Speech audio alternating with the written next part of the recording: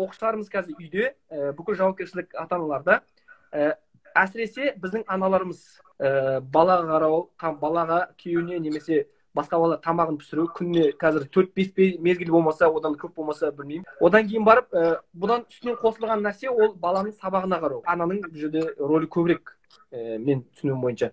Сол, осы және қазіргі аналарымыз біраз стресске кіру мүмкін, немесе біраз көңілдері өзгеруі мүмкін. Осының бәрін қалай дұрыс контроль жасап, жақсы ұстануға болады? Қандай кеңес бере аласыз біздің ата-аналарымызға бағанағы сабақ барысындағы да және үйдегі отбасылық жағдайға байланысты?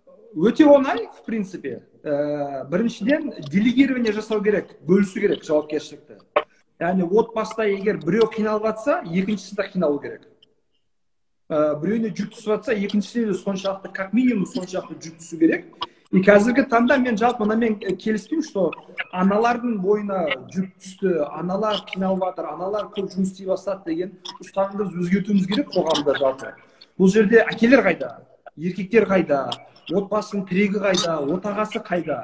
Қазіргі таңда біз бүкіл осы жауапкершілікті, үйдегі жауапкершілікті, карантиндегі жауапкершілікті әке мен ана бірдей бөлісу керек.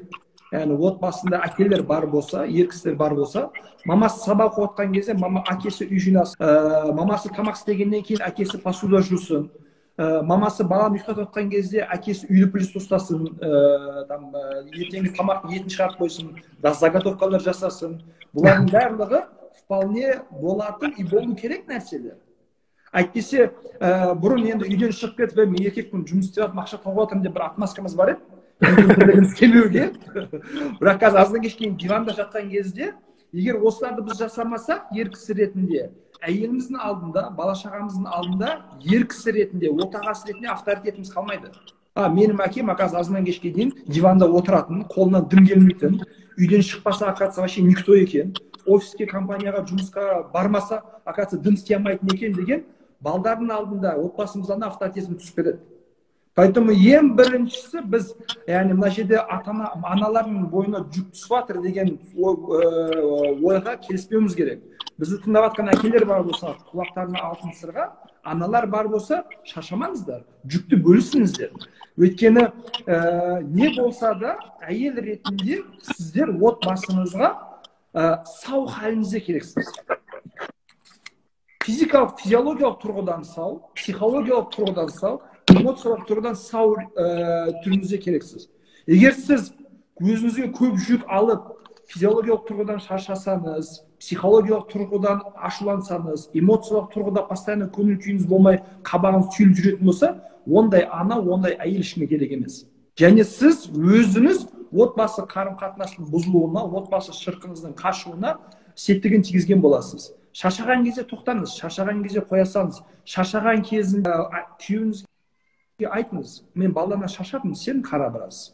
Мен тамақ істеуден шаршадым, сырттан заказ берейік. Бүгін обед сен дайында. Өйткені әрбір ер кісі ол бойдақ болған ғой, бір тамақ жеген кезінде. Әрбір ер кісі студент болған, квартирада тұрған, может, жатақханада тұрған, как-то күн көрген, өмір бойы әйелінің қасында өскен жоқ қой. Ер кісілердің қолынан да біраз нәрсе келеді. Бұл осы тұрғыдан егер отбасылық жауапкершілікті біз жүктемес, бөліспесек, делегировать етпесек, мына мәселенің ішінен, мына жүктің астынан шыға алмаймыз, көтеріле алмаймыз. Яғни бірінші фактор бұл бөлу, делегировать ету, бөлісу. Бүкіл жауапкершілікті жүкті өзімізге алмау. Бұны отбасы мүшелерімен сөйлесіп, түсініскен кезде барлығы сізді қолдайды деп ойлаймын. Екіншісі, осындай жауапкершілік көп, жұмыс көп, постоянно бір тығыз қарым-қатынаста болғандықтан, менің всегда ұсынатын нәрсем бұл күнделікті жоспар болсын. Яғни, отбасы мүшелеріңізбен, әсіресе ата-анасы, одан кейін бар болса ата-әжесі, үйдегі үлкендер, одан кейін балалар, бәріміз ақылдасып, ортақ бір отбасы жоспар құрыңыз. Яғни, таңертең қаншада тұрамыз, таңғы асты қаншада ішеміз, сабақты қаншада оқимыз, онлайн жұмыс істейтін ата-аналар бар, үйде отырып жұмыс істеу керек. Қай уақытта жұмыс істейді, қай уақытта фильм көреміз, қай уақытта обед ішеміз, қай уақытта демаламыз, қай уақытта ойын ойнаймыз деген сияқты бір күндік жоспар құруымыз керек. Сондай жоспар болған кезде біз психологиялық тұрғыдан біздің жүйкемізді шаршататын ең үлкен нәрсе белгісіздік. яғни тамақ қашан ішеміз, шай қашан болады, енді не істейміз, ары қарай қалай жасаймыз, бұл шаршатады. Екіншісі шаршататын нәрсе бұл қарама қайшылықтар бізді шаршатады. Яғни әкесінің жұмыс істейтін уақытында баласы ойын ойнағысы келетін болса, баласының сабақ оқитын уақытында әке шешесі фильм көреміз десе, үлкені сабақ оқитын кезде кішкентай музыка тыңдаймын, мультик көремін дейтін болса, ата-анасы демалатын уақытта, мамасы демалатын уақытында отбасы мүшелері алдыға шай ішейік, тамақ жейік, қарнымыз ашты дейтін болса, осындай қарама қайшылықтар бізді шаршатады және бекерге керек емес жерден конфликт тудырады. Біреуінің ісі мен біреуінің ісі қарама қайшылықтар туғызады да, сондай бір проблемалар туындайды. Сол үшін біріншісі бөлісіңіздер, көмек сұраңыздар, жауапкершілікті бөлісіңіздер. Бұл бала ортақ бала, бәрімізге керек мәселе. Біздің психологиялық тұрғыдан сау болуымыз это во всех барлықтардың интересінде. Екіншісі жоспар құрыңыз, сол жоспарды коридорға бір жерге асып қойыңыз. Әркім қашан не істейтінін білетін болсын. Білген кезде белгісіздікте және қарама қайшылықтан құтылатын боласыздар. Осы жоспардың ішінде ескерілетін бірнеше момент, бұл мысалы мен ұсыныс ретінде айтқым келеді. Күннің алғашқы жартысында интеллектуалды жұмыс қойыңыз бүкіл отбасы мүшелеріне. Балдар сабақ оқысын, әке-шеше онлайн үйде отырып жұмысын жасасын, онлайн жұмысы жоқ болса бір онлайн курсқа жазылыңыздар. Яғни міндетті түрде ақылды, миды жұмыс ететін, ойландыратын, нагрузка беретін, жүк беретін нәрсемен толтырмасаңыз, ми негативке іздеуге жоспарланған негізі. Яғни мидың функциясы ең бірінші негатив. Поэтому сіз оны позитив нәрсемен толтырмасаңыз, отырақта бүгін әйелім былай дұрыс істемепті, тамақ дәмді болмапты, ана балдар неге шулай береді, үйде неге мынау жоқ, қашанға дейін осында отыра береміз деген сияқты негативті ойлар келе береді. Поэтому позитивный бір нәрсемен, пайдалы нәрсемен миды жүктеу керек, сол кезде негативтен құтылатын боласыз. Түстен кейін демалыс уақытын қойыңыз, отбасыңызбен ойын ойнайтын уақытын қойыңыз, демалатын уақыт қойыңыз, және ең маңыздысы күнделікті жоспардың ішінде әрбір отбасы мүшесіне жеке уақыт қойыңыз. Мысалға, кешкі сағат 4-тен 6-ға дейін жеке уақыт. Кім не істесе оны істесін. Мамасы сериал көреді ма, әкесі компьютер ойнайды ма, балдары достарымен сөйлеседі ма, ата-әжелер индийский фильм көреді ма, әркім өз бөлмесінде, көп бөлме жоқ болса, әркім өз бұрышында, ешкім ешкімге тиіспей, араласпай, неге мынаны істеп жатсың деп айтпайтын жеке уақытымыз болу керек. Өйткені күнделікті өмірде бізден алып қойған қазіргі таңда ең үлкен қасиет бұл жеке уақыт қасиетін алып қойды. Біз үйден шығып жұмысқа барып отбасымыздан демалатынымыз, үйге келіп жұмыстан демалатынымыз, достарымыздан демалатынымыз, достарымыз қасына барып коллегалардан демалатынымыз, то есть біз постоянно бір жеке уақыт болып тұратын.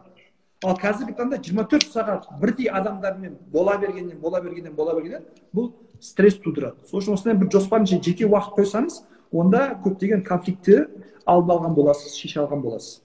Енді мынандай сұрақ, қараңыз, қазір онлайн эрасы болып жатыр.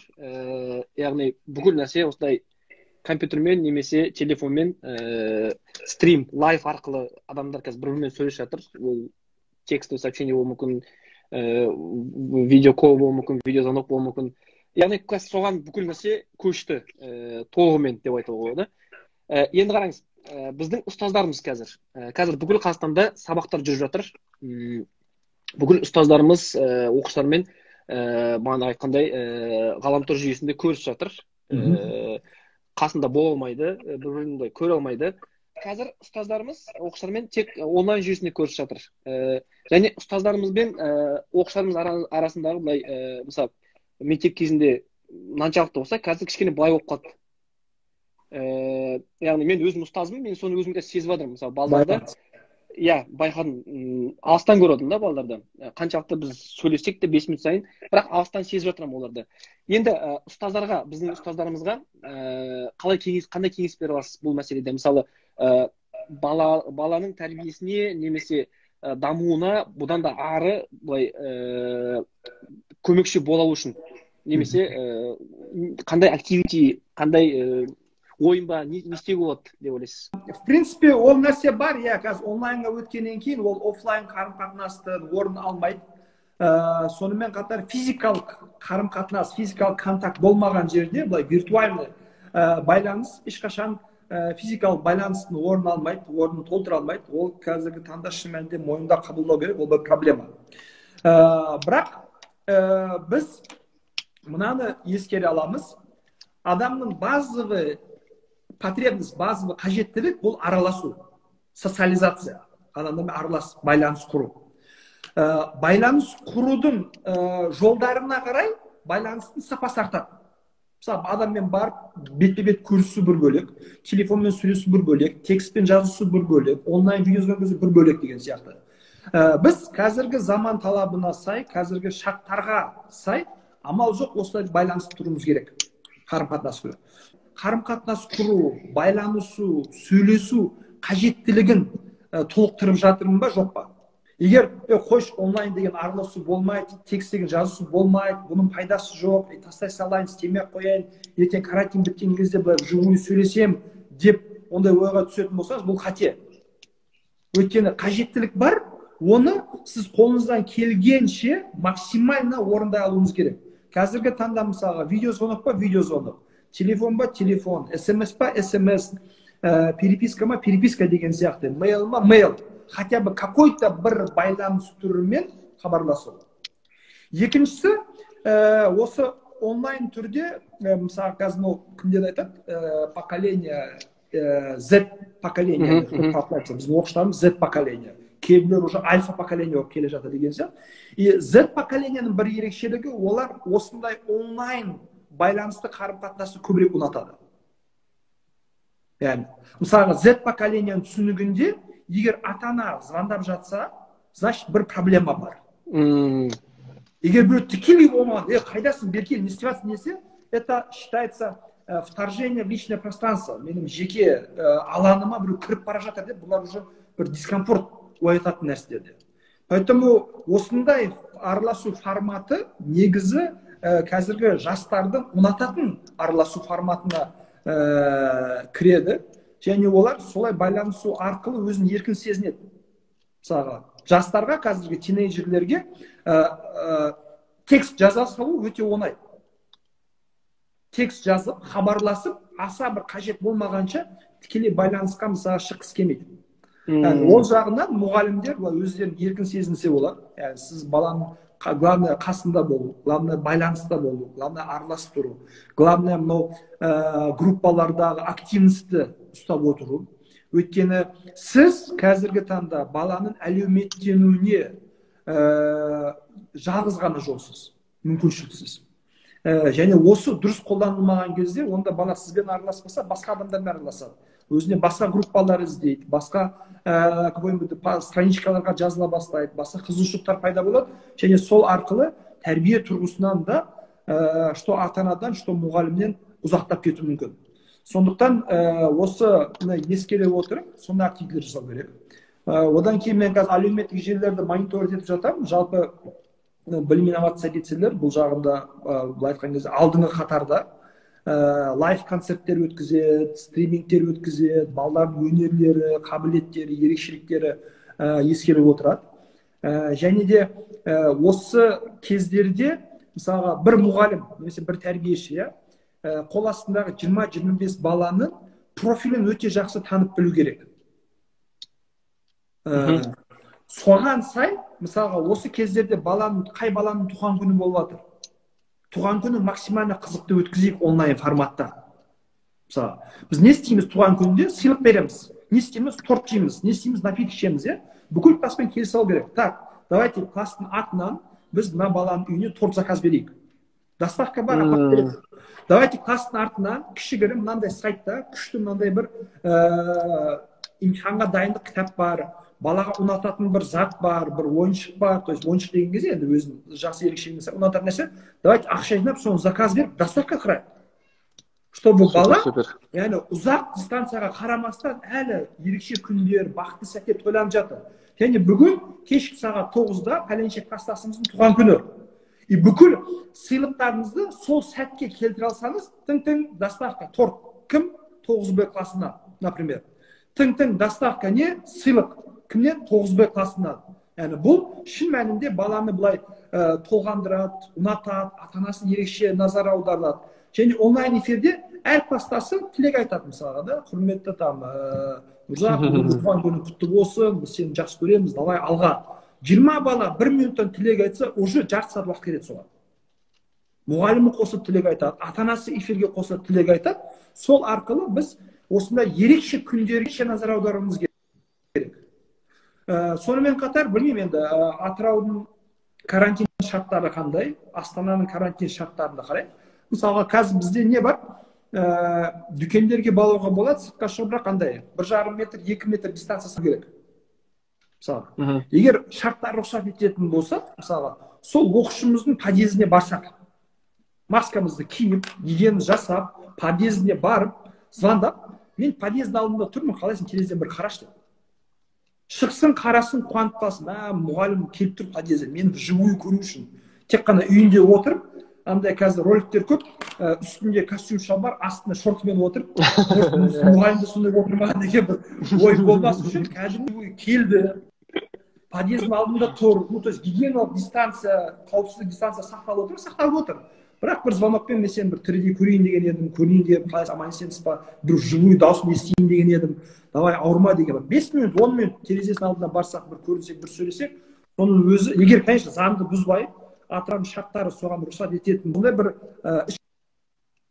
шаралар жасауға болады.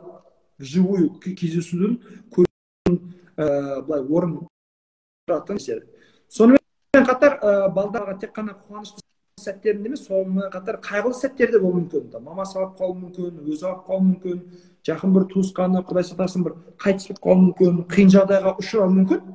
Соның бәрін біле отырып, ескере отырып, баламен постоянно осындай бір онлайн контактта байланыста болу, ата-анасымен байланыста болу, қолдау көрсету, бұл психологиялық тұрғыдан ата-ана, бала, мектеп, яғни мектеп деген кезде мұғалім, тәрбиеші қарым-қатынасын өте жақсы арттыратын, күшейтетін нәрсе болады.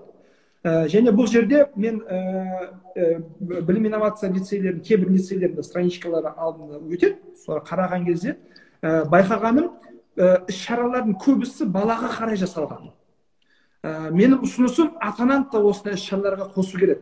Мысалы, бұрын лицей кезінде қалай біз ата-аналармен бөлек жиналып чайпития жасайтынымыз, ата-анамен жинап макрубе жасайтынымыз, ата-аналармен жиналып просто отырып әңгімелесетініміз, бір 5-6 ана болсын. Егер бүкіл кластың 20-25 ата-анасын жинау қиын болатын болса, топ-топ. Мысалы, бір 7-8 ата-анамен, апай, давайте бірге шай ішейік. Сіз үйіңізде шайыңыз, мен үйімде отырып шайымды алайын. Шай ішіп отырып әңгімелесейік, қалайсыз, не жиналып болып жатыр, аман есенсіздер ма, не өзгеріс болып жатыр, жақсыздар ма деген сияқты осы топпен бір қарым-қатынас құрған кезде, бұл да ата-ананың мектептен ұзақтап кетпеуіне, класстан ұзақтап кетпеуіне, тәрбие жүйесінен ұзақтап кетпеуіне жақсы бір септігін тигізеді. Және ата-ана арқылы баланың үйдегі атмосферасы, үйдегі психологиясы, көңіл күйі туралы жақсы күшті мәлімет алуға болады. Жаңадан отбасы құрған жұптар бар. Біздің ата-аналарымыз бар. Ата-аналармен бірге оқушылар кіреді.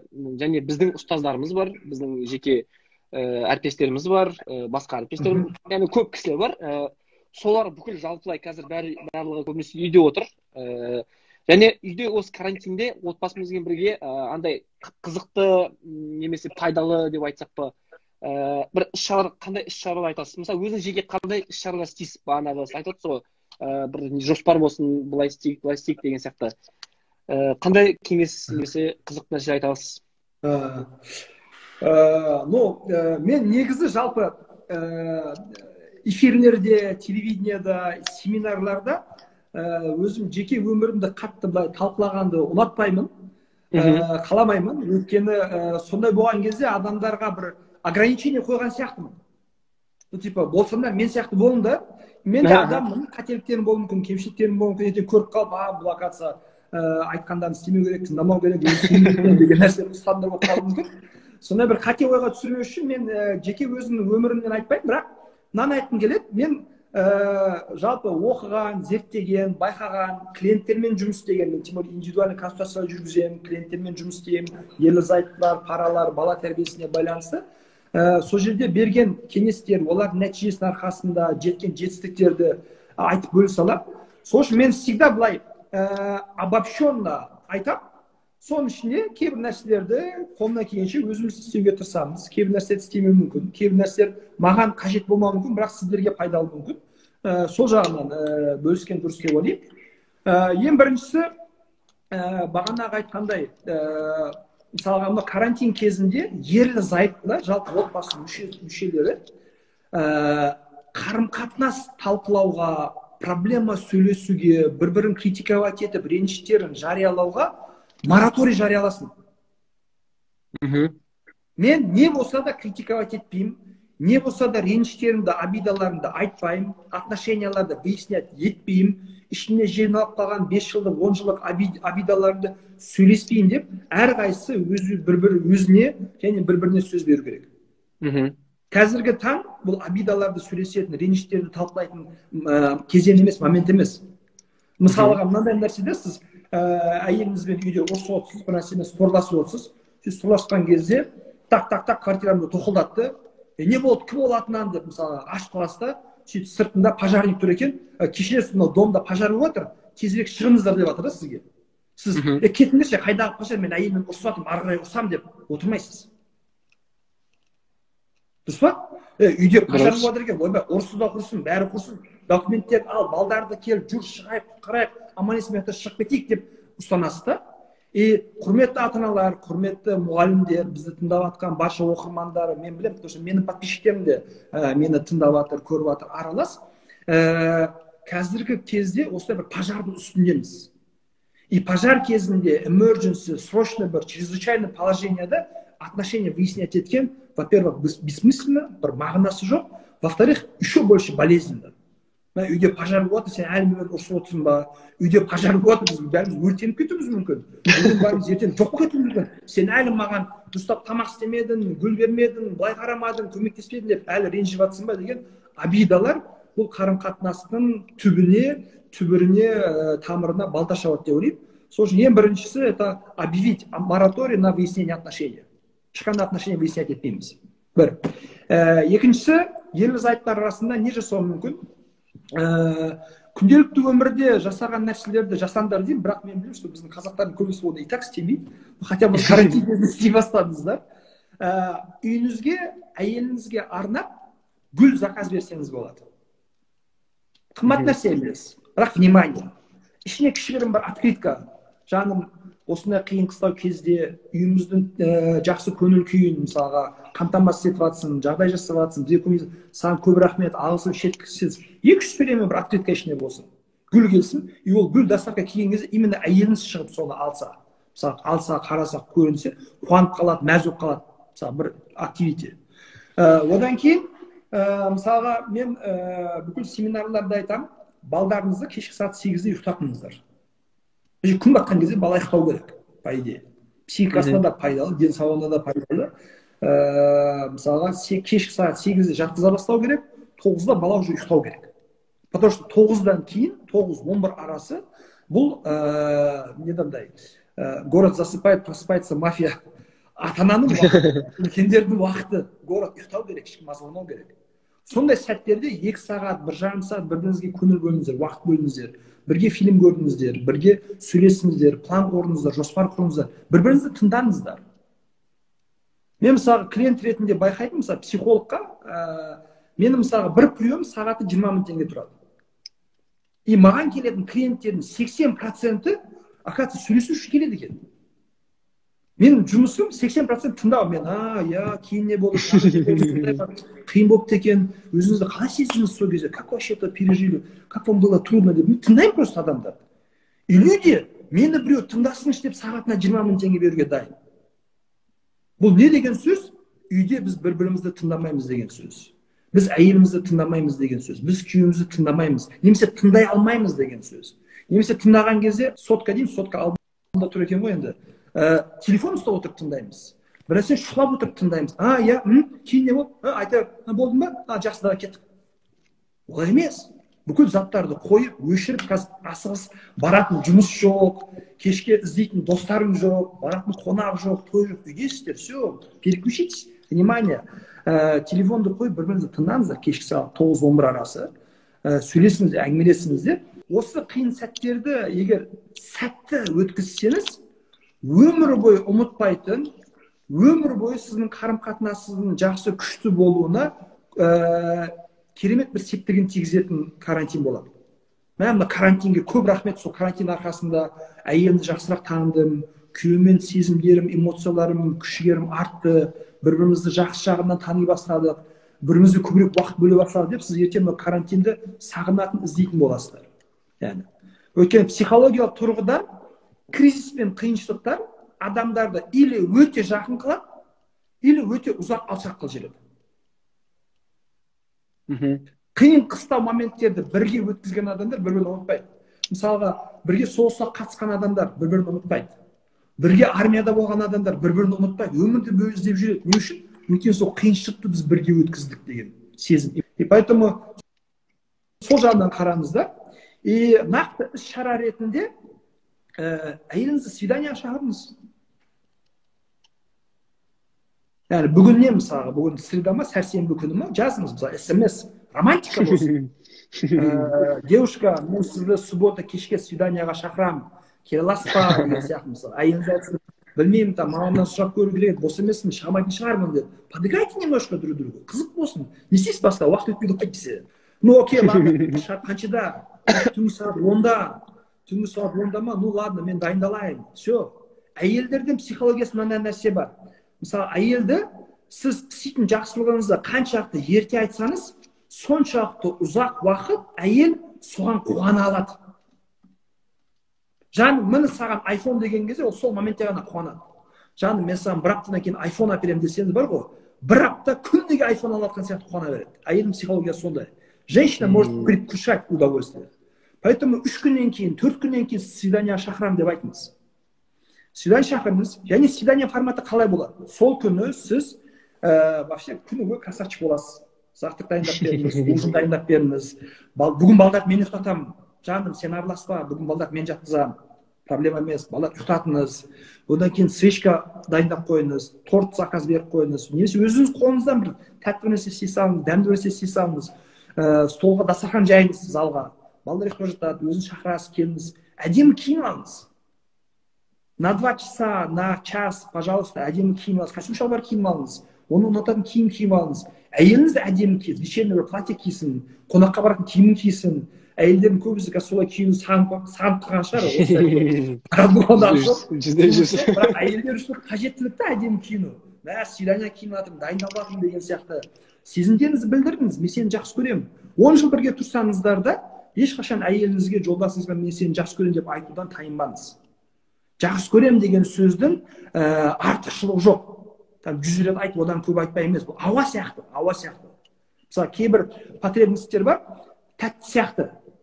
Бір рет, 2 рет жейсің, қарның тойып қалды, көп жей алмайсың. Бірақ кейбір қажеттіліктер бар, нан сияқты, су сияқты. Күніге талап етесің, күніге қажет етесің. Олсыз өмір сүре алмайсың. Жақсы көремін деген сезімдер, эмоцияларды білдіруді тура осындай бір қажеттілік мысалға. Свиданиеға шақырыңыз, бірге свидание өткізіңіз, бірге бір фильм кешін ұйымдастырыңыз. Тек қана екеуіңіз болатын, балаша ұйықтайтын, демалатын. Мысалға, бұндай кезде көрермендер кейбір кезде жазады, сұрайды, может, уже ойланып жатқан шығар. Мә, сіздің айтқаныңыз утопия, нереальный нәрсе, біздің балдар түнгі 12-ден бұрын ұйықтамайды, балдар ұйықтаған кезде өзіміз жатамыз, қайдағы свидание, шаламыз келмейді деп айтуыңыз мүмкін. Тогда свиданияны форматын ауыстырыңыз. Яғни, если сама идея сізге ұнаса, идеяға сенсеңіз, бұл бізге керек деп сенсеңіз, оны іске асырудың жолы всегда табылады. Идеяны қабылдау керек. Окей, романтический ужин болмасын, романтический завтрак болсын. Егер сіздің бала-шағаңыз түнгі сағат 12-1-де жатып жатса, скорее всего, таңғы 10-11-де тұрып жатыр. 12-де тұрып жатыр, түске дейін ұйықтап жатыр, скорее всего. Это, конечно, отдельная проблема, отдельный разговор, но романтический завтрак болсын. Жаным, таңғы сағат 8-де сені күтемін, қара, дайындал деген сияқты. Яғни 12-де жатып, 8-де түнгі сағат ұйқысы кештеп, бала-шаға ұйықтап жатыр, үй қирап жатыр, керемет. Отырып, бір балконда завтрак ішіңіз, залда завтрак ішіңіз, бір дайындық жасаңыз, жағдай жасаңыз. То есть форматпен былай да ойнауға болады, но нәтижесінде бұл шын мәнінде өте күшті бір қарым қатынасыңызға, сезімдеріңізге жақсы бір талшоқ болады деп айта аламын.